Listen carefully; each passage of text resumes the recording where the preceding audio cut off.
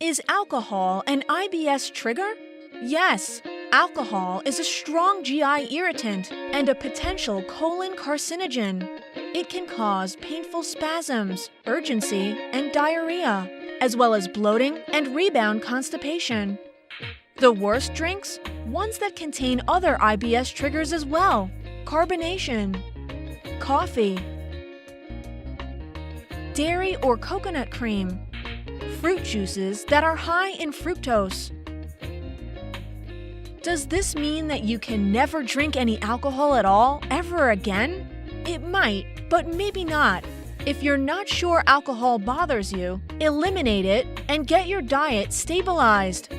Don't just assume one drink won't hurt you, so you never take the step of eliminating all alcohol. This is a very common pattern with the foods and drinks people really don't want to give up. A juicy steak, ice cream sundaes, or that favorite cocktail before dinner.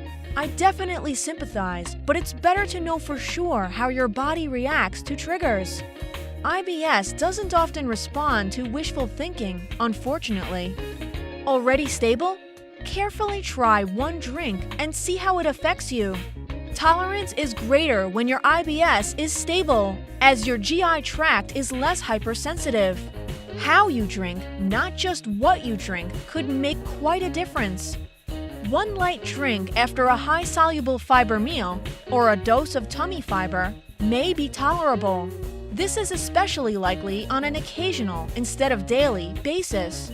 Judging by reader feedback, white wine may be safer for IBS than red, and beer seems to be big trouble.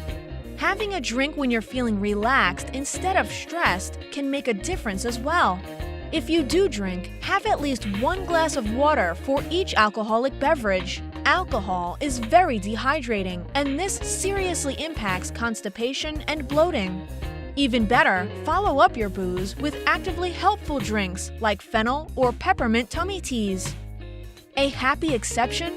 Cooking with alcohol is usually very tolerable.